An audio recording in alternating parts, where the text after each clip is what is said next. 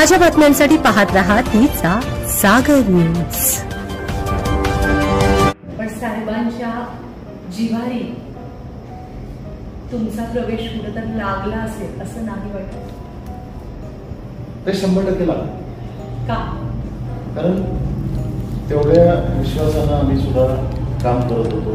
अगदी एखादा विषय असेल तर त्याच्या तळापर्यंत जाऊन ग्रासरूटला जाऊन आम्ही काम करत होतो। भविष्यात कोणतं पण भाजपाला द्यावं केलं तरी घेणार, म्हणजे थोड्यात आमदार व्हायचंय। अण्णासाहेब डांगे अत्यंत अनुभवी नेते, असं राष्ट्रवादीनं काय दिलं 2 दशक? तुमच्या बाबतीत बोलायचं झालं तर आपण फक्त विठ्ठल रुक्मिणी मंदिर समिती पंढरपूरचं अध्यक्षपद 4.5 वर्ष दिली, 2.5 वर्ष नगराध्यक्षपद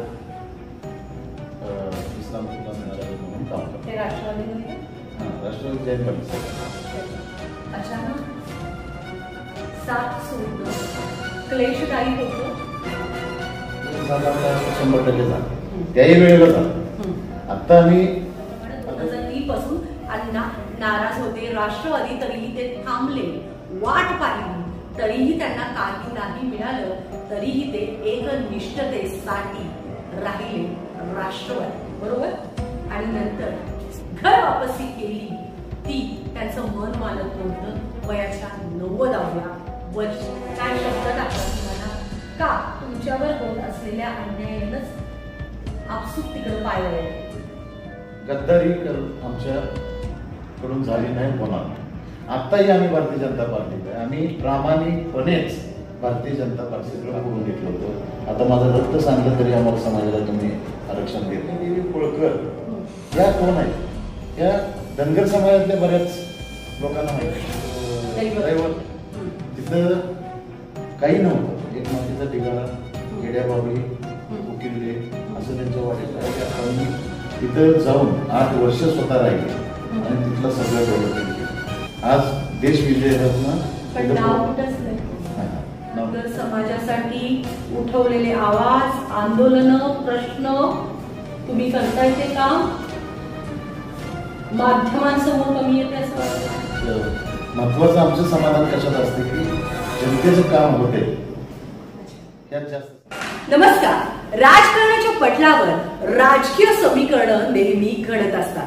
कधी काही राजकीय नेते पडद्यामागे असतात, पण खूप सारे कार्य करत असतात। आणि आता सध्या राजकारणाच्या पटलावरती सगळ्यात महत्वाची गोष्ट महाराष्ट्रात पाहतोय ते म्हणजे अनेक नेते भाजपवासीय होत आहेत। नेमकं त्याचं कारण काय, घडतंय काय पडद्यामागं? या स्पेशल एपिसोड मध्ये मी शर्वरी आपल्या सर्वांचं सहर्ष स्वागत करते। आणि मी आहे आता महाराष्ट्राच्या राजकारणाच्या पटलावरचा महत्वाचा जिल्हा म्हणजे कधी काळचं इस्लामपूर, तर आत्ताच भाजपवासीय काही नेते झाल्यानंतर ईश्वरपूर।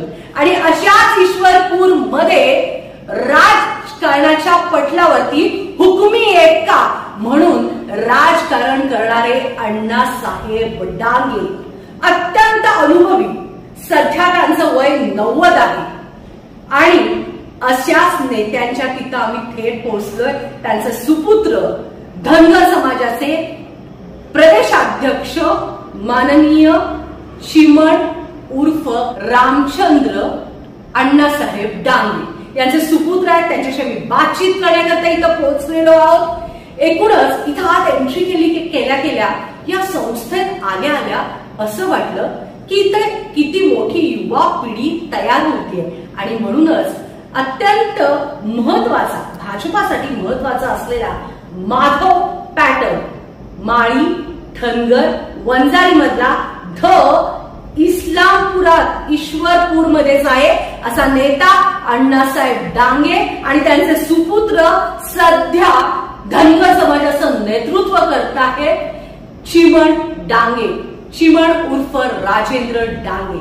त्यांच्याशी बातचीत करूया, त्यांचा राजकीय रोचक असा प्रवास जाणून घेणार आहे। कारण भाजपाला माधव पॅटर्न मधले, धनगर समाजाचे ध मधले नेते मिळाले आणि भाजपासाठी येणाऱ्या काळात अत्यंत महत्वाची व्यक्ती ठरणार आहे ही डांगे फॅमिली. डांगे परिवार अत्यंत महत्वाचा आहे. म्हणूनच देवेंद्र फडणवीसांनी यांची घर वापसी केलेली आहे. त्यांच्या तोंडून ऐकूया त्यांचा रोजचा प्रवास. सर, स्वागत आहे आपलं. नमस्कार. नमस्कार. एकूणच प्रत्येकाच्या हातात सध्या मोबाईल असतो आणि मोबाईलवरती थेट आपसुकच बोट जातं ते युट्यूबवर आणि युट्यूबवर जाणून घेतो मनुष्य आपल्या जिल्ह्यात घडतंय काय, आपल्या महाराष्ट्रात घडतंय काय, आपल्याकडे राजकारण नेमकं घडतंय काय. कारण आपण गाडीत असतो, कुठेही असतो, हॉटेलमध्ये असतो, कुठेही असलं तरी बातमीच्या मागं बातमी काय आहे हे युट्यूबर्स पटकन टाकत असतात, जे आपल्याला जिथं आहे तिथं ऐकता येतं. आणि असे अनेक नेते आहेत जे पडद्यामागं आहेत पण त्यांचं कार्य खूप चांगलं आहे. अशातलेच चिमण डांगे या ठिकाणी उपस्थित आहेत. चिमण डांगे यांचा राजकीय प्रवास अत्यंत रोचक आहे. भाजपासाठी अत्यंत उपयुक्त असणारं माधव धनगर समाजाचं प्रदेशाध्यक्ष त्यांच्याकडे आहे. माजी महापौर, माजी नगराध्यक्ष चिमण डांगे होते. त्यानंतर संस्थान एक चालवत आहेत. त्यांच्याकडून जाणून घेऊया त्यांचा राजकीय प्रवास. सर, आपल्या दर्शकांना सांगा एकूणच तुमचा राजकीय प्रवास कसा आहे, अण्णांनी कधी सुरुवात केली तिथून सुरुवात करूया आणि मग लगेचच तुमच्यापर्यंत पोहोचूया. खरं तर आदरणीय अण्णासाहेब डांगे यांना आम्ही घरी आप्पा म्हणतो, त्यामुळं बऱ्याच जणांना आप्पा हा शब्दच जास्त माहिती आहे. आप्पांचा जन्म तसा 1936 सालात, परंतु 1949 किंवा 1950 साली 13व्या 14व्या वर्षी ईश्वरपूर शहरात जिथं जनसंघाची, राष्ट्रीय स्वयंसेवक संघाची आणि सेवादलाची अशा शाखा भरायच्या, त्या शाखेचं नेतृत्व त्या काळी आदरणीय आप्पा करायचे. आणि तेव्हापासून जनसंघाच्या कामात ते राजकारण म्हणून जनसंघात होते, पण त्यांचा मूळ पिंड हा राष्ट्रीय स्वयंसेवक संघाचाच आजही आहे. अच्छा, म्हणजे तुम्ही दर्शक ऐका ते सांगताय जनता पक्षापेक्षा पण ची सुरुवात जनसंघ. कित्येक जणांना हा विषय माहिती नाही. जनसंघ ऐका, लक्ष देऊ. जनसंघ नंतर जनता पक्ष आणि जनता पक्षातून पुढे 79 साली ज्या वेळेला भारतीय जनता पार्टी वेगळा झाला, कैलासवासी अटलजी असतील, लालकृष्ण अडवाणी साहेब असतील, त्यावेळेला भारतीय जनता पार्टीचं स्थापना झाली. म्हणजे पार्टीची स्थापना होण्यापासूनचे सक्रिय कार्यकर्ते म्हणून आदरणीय आप्पा त्यावेळेपासून काम करत होते. 1950 सालापासून, म्हणजे वयाच्या अण्णा 13व्या 14व्या. अच्छा अच्छा. कशी सुरुवात झाली तुमची राजकारणाची? ऍक्च्युली माझ्या बाबतीत बोलायचं झालं तर आम्हाला घरातच बाळकडं होतच, कारण राजकारण मी घरात चालायचं. पण मी 1991ला LLB ला मुंबईला गेलो आणि 95ला मी पासआउट होऊन परत आलो. म्हणजे तुम्ही लॉयर या? हो, LLB झाली. अच्छा, म्हणजे वकिलीचं मुंबई विद्यापीठातून शिक्षण घेतलेलं आहे. अच्छा.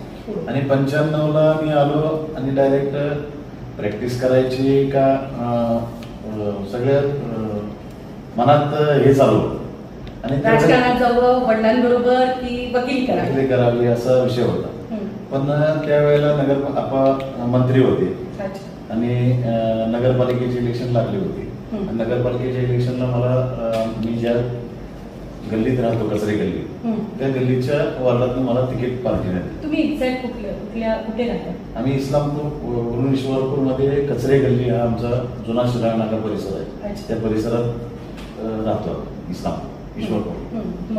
आणि तिथे नगरसेवक मी आणि माझे छोटे बंधू विश्वनाथ डांगे दोघे ऍट अ टाइम आम्ही 2 वार्डात उभं राहिलो. आणि त्यावेळेला कोणत्या पक्षाचे चिन्ह आणि हे किती सांग? त्यावेळेला खरं तर पक्ष म्हणून निवडणुका होत नव्हत्या, माणसाची ओळख. नागरिक संघटना आणि शहर सुधार समिती अशा 2 आघाड्या असायच्या ईश्वरपूर शहरात, आणि त्यात आम्ही शहर सुधार समितीच्या माध्यमातून लढत होतो. आदरणीय अण्णासाहेब डांगे आप्पा त्याचे अध्यक्ष होते आणि आम्ही सगळे कार्यकर्ते त्या ह्याच्यातून आम्ही लढत होतो. आम्ही त्यावेळेला 23 पैकी 11 जण निवडून आलो आमची, आणि 12 विरोधात आले. पण किती साली सर? 95. त्यावेळी तुमचं चिन्ह काय होतं? त्यावेळेला माझं चिन्ह नांगर असलेलं नाही, एसटी बस. अच्छा, म्हणजे तुम्ही अपक्ष होता? हा, विकास आघाडी. विकास आघाडी बस, शहर सुधार समिती. अच्छा. आणि 95ला आम्ही दोघं पण निवडून आलो. आणि त्याच 5 वर्षात एक नगरसेवक करून आमच्या शहर सुधार समितीचा आम्ही नगराध्यक्ष पण बनवलो. अच्छा. अशी खरं तर सुरुवात 95 पासून प्रत्यक्ष राजकारण. 95. मग मी पुढं 2000 साली सांगली लोकसभा मतदारसंघातनं मला भारतीय जनता पार्टीने तिकीट दिली. अच्छा. आणि मी लोकसभेची तुम्ही खासदारकी लढवली? हो. किती साली? 2000 साली. अच्छा. कारण 98 साली आदरणीय अप्पांनी लोकसभेची निवडणूक लढवली आणि अगदी 2,63,000 मतं पडली. 38,000 मतात पराभव झाला. आणि 13 महिन्याचं अटलजींचं सरकार गेल्यानंतर परत इलेक्शन झालं. त्यावेळेला मला भारतीय जनता पार्टीनं सांगली लोकसभेचं तिकीट दिलं. आणि त्यावेळेला मी कैलासवासी प्रकाश बापू आणि कैलासवासी मदन भाऊची तिरंगी लढत चालू होती. मी 3 नंबरला राहिलो त्यावेळेला. म्हणजे धाडस केलं. खासदारकी या ठिकाणी लढवायची ही तुम्ही धाडस केलेलं होतं. एकूणच असा होता एकूण तुमचा प्रवास हा राजकीय. वकिली क्षेत्रात अभ्यास केलेले, वकिली क्षेत्रात अभ्यास केले म्हणजे सगळ्या क्षेत्रात निपुण असणे म्हटलं तरी वावगं ठरणार नाही. आणि त्याच वेळी एक शिक्षण संस्था कशी चालवत होता, कशी तुम्ही जबाबदारी घेतली होती त्याची? ऍक्च्युली 1986 साली आदरणीय अप्पांनी संत ज्ञानेश्वर शिक्षण संस्थेची स्थापना केली. आणि अप्पा त्यावेळेला विरोधी पक्षात आमदार होते आणि महाराष्ट्राचे मुख्यमंत्री म्हणून कैलासवासी सुधाकरराव नाईक साहेब होते. आणि प्रत्येक आमदारांना वेगवेगळ्या कमिटीवर सदस्य म्हणून जावं लागतं. त्यावेळेला आपण आश्रमशाळांच्या कमिटीवर सदस्य म्हणून आपण हे झाली होती. महाराष्ट्रातल्या प्रत्येक आश्रमशाळा तपासायच्या त्या कमिटीचं काम होतं. आपण ज्या ज्या जिल्ह्यात जायचे तिथं 36 तास, 38 तास, 40 तास मिटिंग घ्यायची आणि आश्रमशाळांच्या जे अडचणी होत्या त्या अडचणींची चर्चा करायची. मग सुधाकरराव नाईक साहेबांनी सांगितलं की अण्णा तुम्हालाच एक आश्रमशाळा देतो आणि तुम्ही एवढी व्यवस्थित चालवा की त्याचा आदर्श महाराष्ट्राला झाला पाहिजे. म्हणून संत ज्ञानेश्वर शिक्षण संस्थेला पहिली आश्रमशाळा आष्ट्यात मिळाली टॉप. आणि ह्याची स्थापना किती साली? 1986 साली स्थापना झाली. आणि शाळा माझ्या माहितीप्रमाणे 90च्या आसपास मिळाली. आणि आता त्याचं रूप काय? आज संत ज्ञानेश्वर शिक्षण 45 शाखांच्या माध्यमातून सांगली जिल्हा असेल, कोल्हापूर जिल्हा असेल, आता नवीन अहिल्यानगर असेल, या 3 जिल्ह्यात आमचं नर्सरी पासून PhD पर्यंतचे आता वेगळे कोर्सच्या माध्यमातून आम्ही इंजिनिअरिंग असो, मेडिकल असो, बी फार्मसी असो, ITI असो, प्राथमिक शाळा असो, आश्रमशाळा असो, या माध्यमातून दरवर्षी 13,000 विद्यार्थी घडवण्याचं काम करतो. संत ज्ञानेश्वर शिक्षण संस्था. संत ज्ञानेश्वर शिक्षण संस्था ईश्वर, यातून युवा पिढी निर्माण होते. युवा पिढी म्हणजे आपलं भविष्य आणि आपलं भविष्य या ठिकाणी एक सुदृढ भविष्य निर्माण करतायत. अनेक लोक पास आउट होऊन स्वतःच्या पायावर उभे राहतात. मुलं मुली अगदी नर्सरी पासून ते engineering college, PhD, medical college पण आहेत ते, मेडिकल कॉलेज पण आहे आणि डॉक्टर्स पण उभे राहत आहेत स्वतःच्या पायावर. खरंच कौतुकास्पद अण्णासाहेब डांगे, चिमण डांगे आणि विश्वनाथ डांगेंचं काम एकूणच डांगे परिवारानं या ठिकाणी समाजसेवेला या ठिकाणी वाहून घेतलेलं स्पष्ट दिसते. कारण राजकारणाची सुरुवात, नंतर संस्था, एकूणच सगळ्या गोष्टी पाहता आता थोडस सिरियस विषय. 2 दशक राष्ट्रवादी सोबत राहिल्यानंतर अण्णासाहेब डांगे अत्यंत अनुभवी नेते. असं राष्ट्रवादीनं काय दिलं 2 दशक तुम्हाला? अप्पांच्या बाबतीत बोलायचं झालं तर आपण फक्त विठ्ठल रुक्मिणी मंदिर समिती पंढरपूरचं अध्यक्षपद 4.5 वर्ष दिली. माझ्या बाबतीत बोलायचं झालं तर मी निवडून तर आम्ही बाबा येतच होतो आमच्या कामावर, आणि मला 2.5 वर्ष नगराध्यक्षपद इस्लामपूरला मिळालं, आणि आता मी सध्या सांगली जिल्हा मध्यवर्ती सहकारी बँकेत संचालक म्हणून काम करतो. ते राष्ट्रवादीमध्ये का?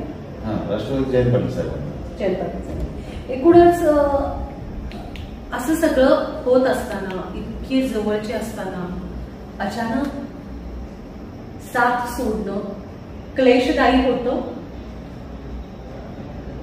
जसं भारतीय जनता पार्टी सोडून आम्ही राष्ट्रवादी काँग्रेसमध्ये गेलो त्यावेळेला क्लेश झाला का तर 100% झाला, त्याही वेळेला झाला.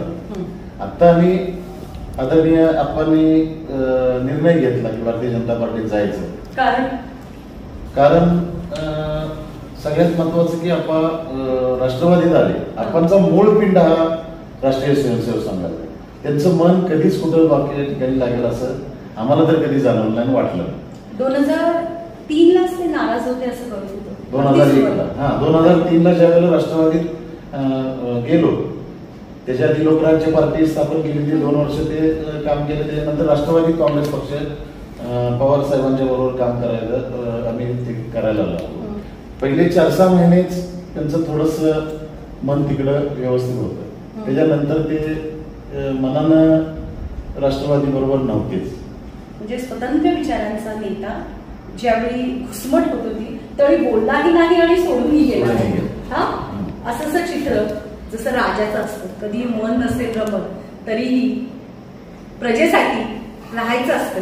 म्हणूनच इतके वर्ष 2003 ते आताचा कार्यकाळ नॉट अ जोक, म्हणजे पेशन्स हे जुन्या लोकांकडनं शिकायचे असतात. आजचे आपण लोक बघितलं तर या पक्षातनं ह्या पक्षात, या पक्षातनं या पक्षात उड्या, जरा आवाज वाढवला तर सोडचिठ्ठी देतात पक्षाला थेट. परंतु अण्णा साहेबांचा 2003 पासून 2025 पर्यंतचा संयम, कारण तुमच्या म्हणण्याप्रमाणे 2003 पासून अण्णा नाराज होते, राष्ट्रवादी तरीही ते थांबले, वाट पाहिली तरीही त्यांना काही नाही मिळालं, तरीही ते एकनिष्ठतेसाठी राहिले राष्ट्रवादी बरोबर. आणि नंतर सोडचिठ्ठी घेतली असं म्हणता येत नाही, घर वापसी केली. ती त्यांचं मन मानत नव्हतं. वयाच्या 90व्या वर्षी भविष्य काय भाजपानं असं आता सगळेजण जात आहेत. या पार्श्वभूमीवर तुमचा जो प्रवेश आहे तो अचानक नाही आहे, तर 2003 नाराज असलेला माणूस 2025 पर्यंत वाट पाहतो आणि आता निर्णय घेतो. तर असं भाजपानं काय शब्द टाकला तुम्हाला, का तुमच्यावर होत असलेल्या अन्यायानंच आपसूक तिकडे पाय वळले? खरं तर मी परवा ज्या वेळेला भारतीय जनता पार्टीत प्रवेश केला प्रदेश कार्यालयात, त्या दिवशी सुद्धा मी बोललो होतो की राष्ट्रवादी काँग्रेस पक्षात मी काम करत होतो त्यावेळी मी प्रामाणिकपणे राष्ट्रवादी काँग्रेस पक्षाचं काम केलं. त्याच्या आधी आम्ही भारतीय जनता पार्टीचं काम करत होतो, प्रामाणिकपणे काम केलं. कुठंही तसोबर गद्दारी आमच्याकडून झाली नाही, होणार. आत्ताही आम्ही भारतीय जनता पार्टीत आहे, आम्ही प्रामाणिकपणेच भारतीय जनता पार्टीचं काम करणार. राष्ट्रवादी काँग्रेस पक्षात मी होतो त्यावेळेला आमच्या इथले आदरणीय जयंत पाटील साहेब नेतृत्व आम्ही इथं काम करत होतो, प्रामाणिकपणे त्यांच्याबरोबर काम केलं. आणि त्यांना सुद्धा माहिती आहे की हे भाऊभावांनी अगदी जीव तोडून राष्ट्रवादी काँग्रेस पक्षासाठी किंवा जयंत पाटील साहेबांसाठी प्रामाणिक काम केले. आजही कुठेही आमच्याबद्दल त्यांच्या मनात असं वितुष्ट किंवा वेगळी मत येईल असं मला वाटतं. अच्छा, म्हणजे तसा जयंत पाटलांचा चांगला स्वभाव आहे थोडक्यात म्हणायचं नाही. स्वभाव साहेबांचा चांगला आहे का तर आहे, म्हणजे आम्ही पर्सनल लाईफ मध्ये सगळं अनुभव घेतो. पण साहेबांनी सुद्धा कधी साहेबांनी कधी आम्हाला असा दुरावा दाखवला. पण साहेबांच्या जिव्हारी तुमचा प्रवेश कुठेतरी लागला असेल असं नाही वाटत? ते 100% लागला. का? कारण तेवढ्या विश्वासानं आम्ही सुद्धा काम करत होतो. अगदी एखादा विषय असेल तर त्याच्या तळापर्यंत जाऊन ग्रासरूटला जाऊन आम्ही काम करत होतो. आणि बिना कुठल्या अपेक्षा, म्हणजे अपेक्षा नाही, शून्य तेच अपेक्षा. पद पाहिजे, तेच पद पाहिजे, शून्य. आता 2003 पासून आता सुद्धा 2025 पर्यंत असं काहीच घडलं नाही, मोठं असं काहीच घडलं नाही. मोठी पदं कुठलीच घेऊ शकलेली नाही. आत्ता आलेल्या पक्षातल्या नेत्यांना लगेच मोठी पदं हवी. दुसरा तुम्ही मगाशी प्रश्न विचारला की भारतीय जनता पार्टीत तुम्ही प्रवेश केला, तुम्हाला काय कमिटमेंट. पण खरं सांगू, अण्णासाहेब डांगे ह्या माणसाच्या बाबतीत आपल्याला बराचसा इतिहास माहीत असेल. त्यांचा स्वभाव मागणारा स्वभाव नाही. 2003 पासून 25 पर्यंत जर तुम्ही त्यांचे सुपुत्र आहे, घरात काय घडते, वडिलांच्या मनात काय आहे, कारण एक मुलगाच आपल्या वडिलांच्या मनात काय आहे हे जाणून घेऊ शकतो. 2003 पासून 25 पर्यंत त्या माणसाला काहीच नाही वाटत, शांतपणे सहन करतोय तो, शांतपणे चालत राहतो. तिथं सगळ्या प्रश्नांची उत्तरं आली की अण्णासाहेब डांगेचा मूळ स्वभाव कसा असेल. अगदी 2003 साली सुद्धा ज्या वेळेला राष्ट्रवादी काँग्रेस पक्षात प्रवेश करायचा विषय आला, त्यावेळेला दिल्लीत शरद पवार साहेब, कैलासवासी आर पाटील साहेब, कैलासवासी विलासराव शिंदे साहेब आणि जयंत पाटील साहेब या 5 जणांची बैठक झाली. त्यावेळेला शरद पवार साहेबांनी क्लिअर कट आप्पांना विचारले की अण्णा तुम्हाला आम्ही काय मदत करायची. त्यांनी एकच विषय सांगितला, मला काही नको, माझ्या आयुष्यातली जी काही पदं महाराष्ट्रातली ती मी सगळी भोगलेली आहे. माझा धनगर समाज, अनुसूचित जमाती डॉक्टर बाबासाहेब आंबेडकरांनी घटनेत दिलेल्या आहेत, त्या फक्त आम्हाला लागू करायच्या, तेवढ्या लागू करा, एवढाच एक अपेक्षा त्यांच्याकडे व्यक्त केली आणि आम्ही प्रवेश केला. आम्ही इथून ज्यावेळी आत आलो त्यावेळी खूप सारी लोक तुमच्या क्षेत्रातून, तालुक्यातून आलेली तुम्हाला भेटायला. ती आपुलकीची कास तुम्ही बांधून ठेवली. डांगे साहेब आहेत, तुम्ही आहे, विश्वनाथ सर आहेत. डांगे परिवार ज्या पद्धतीनं नाती जपतो त्याच पद्धतीनं राजकारणाच्या पटलावरती इथून पुढची नाती तुमची कशी असणार. आता सगळ्यात महत्वाचा विषय, आम्ही ज्या वेळेला भारतीय जनता पार्टीत काम करत होतो त्या वेळेला जी लोक आमच्या बरोबर काम करत होती, नंतर आम्ही राष्ट्रवादी काँग्रेस पक्षात जायचा आमचा ज्या वेळेला विषय आला त्यावेळेला सगळी लोक आमच्या बरोबर आले का, तर नाही आले. साधारण 60% लोक राष्ट्रवादीत आमच्या बरोबर आले, 40% लोक भारतीय जनता पार्टीत राहिले. पण आम्ही राष्ट्रवादी काँग्रेस पक्षात गेल्यानंतर जे राहिलेले 40% लोक भारतीय जनता पार्टीत काम करत होते त्यांचे आमचे रिलेशन कधीही दुरावले नाही. राजकीय विषय सोडून आमच्या संत ज्ञानेश्वर शिक्षण संस्थेचा कुठलाही कार्यक्रम असो, माझ्या दीनदयाळ मागासवर्गीय सहकारी सुदगिरणीचा काही कार्यक्रम असो, माझे घरगुती कार्यक्रम असो, त्या कार्यक्रमाला त्यांच्या सुखदुःखात, आमच्या सुखदुःखात हे लोक आजही आहे तसे आहेत. त्यांचे रिलेशन आमचे कधीच तुटले नाही. मी आज राष्ट्रवादी काँग्रेस पक्ष सोडून भारतीय जनता पार्टीत आलो म्हणून माझे राष्ट्रवादी काँग्रेस पक्षातले कुणाचेही संबंध दुरावले नाही. आजही मला त्यांचे फोन येतात, मी त्यांना फोन करतोय, त्यांचे माझे संबंध आहे तसे. राजकारण हा विषय वेगळा आणि रिलेशन हा विषय वेगळा आणि सामाजिक पण असतोच नाही का. आणि अण्णासाहेब डांगेने आम्हाला शिकवले की काही असलं तर प्रत्येक गोष्टीत राजकारण आणायचं नाही, राजकारणाच्या पलीकडे सुद्धा काही गोष्टी आहेत त्या आपण जपायच्या. एकूणच राजकारणाच्या पलीकडची मैत्री जपत या ठिकाणी समाजकारण आणि राजकारण घडवू पाहतायत या ठिकाणी युवा नेते चिमण उर्फ राजेंद्र डांगे. एकूणच भविष्यात आता तुमची इच्छा काय, एक ध्येय काय राजकारणाच्या पटलावरती? राजकारणाच्या पटलावरती ध्येय तर प्रत्येकाला असतंच, तरी पण स्पेसिफिक. मी असं आता फडणवीस साहेबांबरोबर आमची मिटिंग झाली, चंद्रकांत दादांच्या बरोबर 2-3 मिटिंग झाली. त्यांनी सुद्धा मला विचारलं नाही की काही तुम्हाला हे पाहिजे. अण्णासाहेब डांगे आप्पांना फडणवीस साहेबांनी एकच सांगितलं की अण्णा तुमचे ज्येष्ठत्व आहे, त्या ज्येष्ठत्वाला कुठेही तसूभर सुद्धा कुठं हे होईल असं आमच्याकडून होणार नाही, तो रिस्पेक्ट तुम्हाला मिळेल. आणि चिमण दादा आम्ही युवा भाजपमध्ये एकत्र राज्य लेवलला काम केले, त्याचे माझे त्यावेळेपासून संबंध आहेत. ते असतील, विश्वास बापू असतील, यांना मी कधीही बाजूला ठेवणार नाही. विश्वास बापू म्हणजे माझे लहान भाऊ विश्वनाथ, त्याला विश्वास बापू, ते विश्वास बापूला किंवा चिमण दादाला मी कधीही अंतर ठेवणार नाही. ते जे तेवढंच तुम्ही शब्द घेतला, कुठल्या पदाचा विकासा घेतला नाही. म्हणजे यथा राजा तथा प्रजा, म्हणजे ज्या पद्धतीनं अण्णासाहेब होते अगदी त्याच पावलावरती चिमण डांगलेही निघाले. कुठलीच अपेक्षा नाही, कुठलंच काय नाही. मी चालतोय, तुम्हाला वाटलं तर द्या, अन्यथा मी तुमच्या सोबत आहे. असे राजकारणाच्या पटलावरती अत्यंत कमी लोक असतात, परंतु सांगली जिल्ह्याच्या मातीत असेच नेते घडतात आणि असेच नेते भविष्यात मोठ्या पदांना जातात. कारण असं म्हणतात, माणूस जरी महत्वाकांक्षी असला तरी लोभी नसावा. हे डांगे परिवाराकडून तमाम महाराष्ट्र राज्यातल्या राजकारणी जे बेडूक उड्या मारतात त्या नेत्यांनी ह्याचा 100% विचार करावा. एक राजकीय नेत्याचं पर्सनल असंही आयुष्य असतं. तिथं त्याला रमावंसं वाटतं, त्याला पुस्तकं वाचावी वाटतात. अगदी आपलंही आयुष्य असतं, अगदी त्यांचंही तसंच आयुष्य असतं. म्हणूनच तुमचे शालेय दिवस कसे होते थोडक्यात?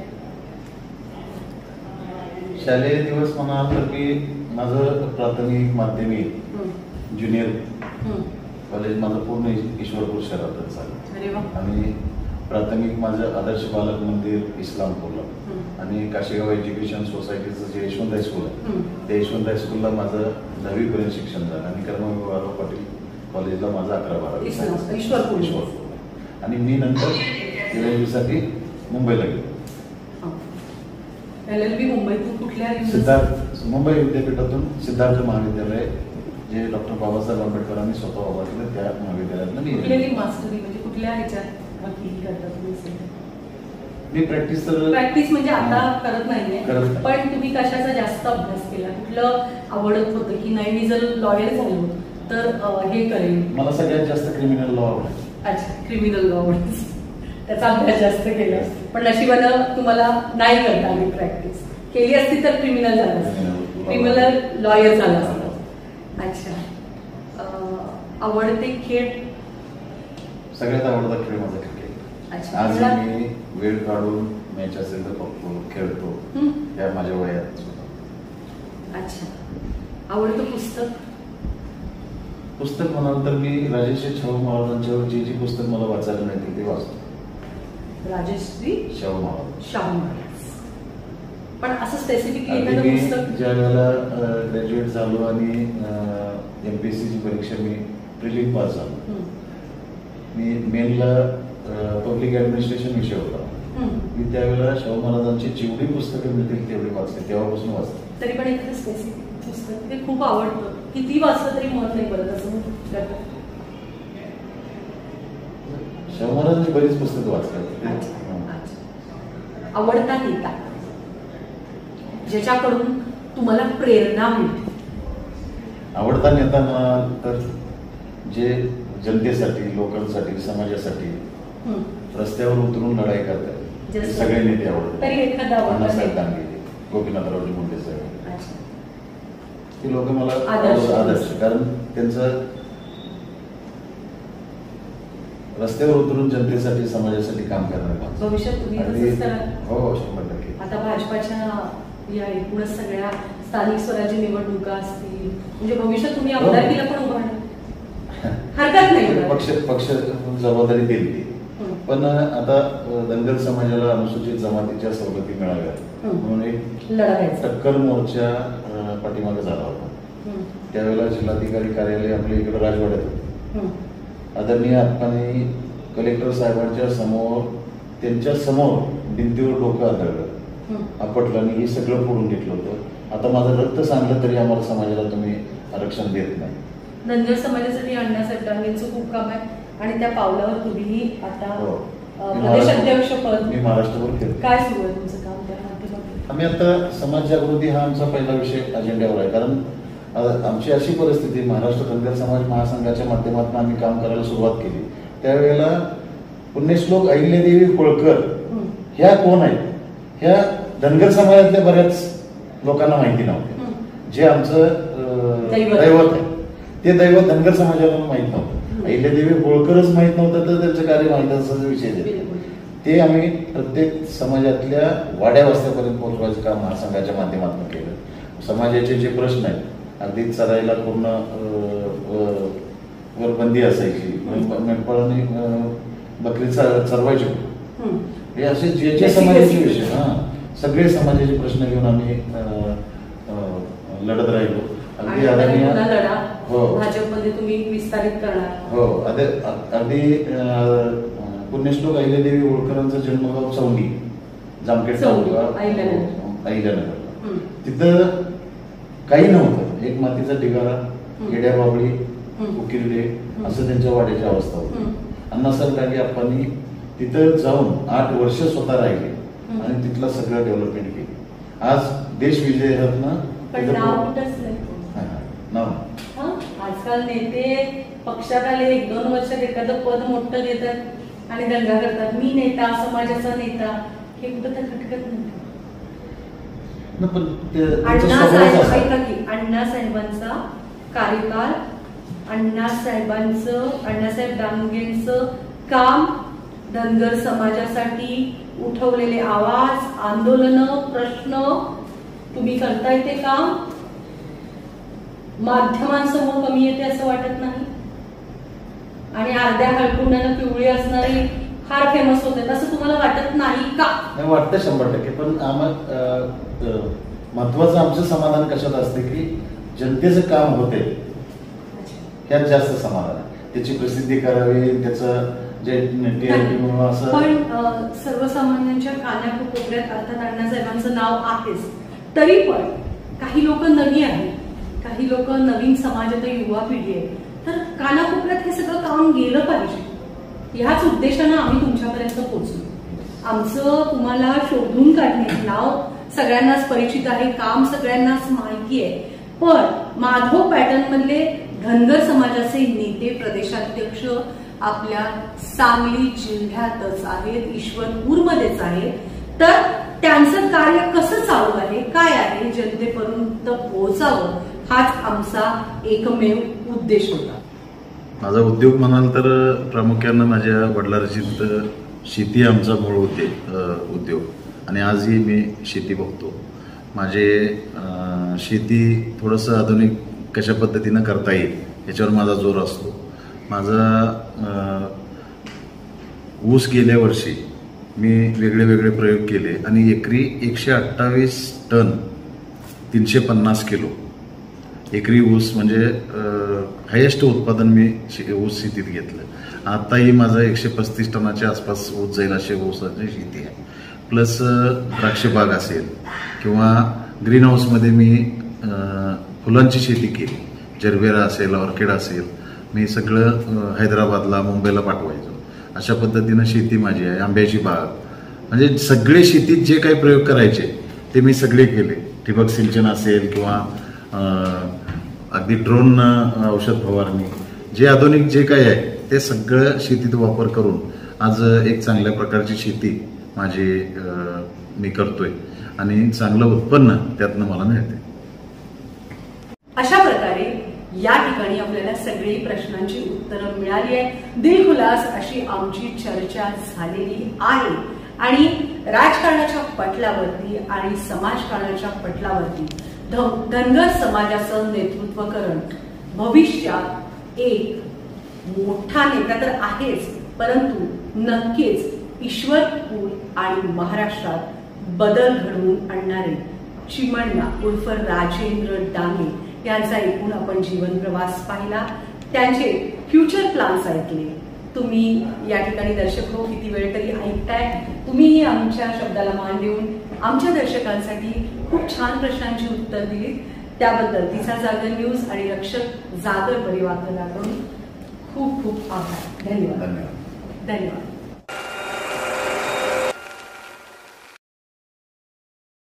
रॅपिड फायर 10 प्रश्न विचारात पटकन उत्तर द्यायचे, नाही किंवा नाही, फक्त उत्तर पाहिजे त्याचं.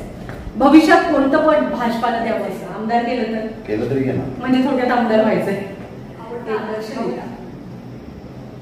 सांगितलं अण्णासाहेब डांगे राजकारणाचा पटलावरचा आवडता देवेंद्र फडणवीस. न आवडता नेता सांगावं लागेल.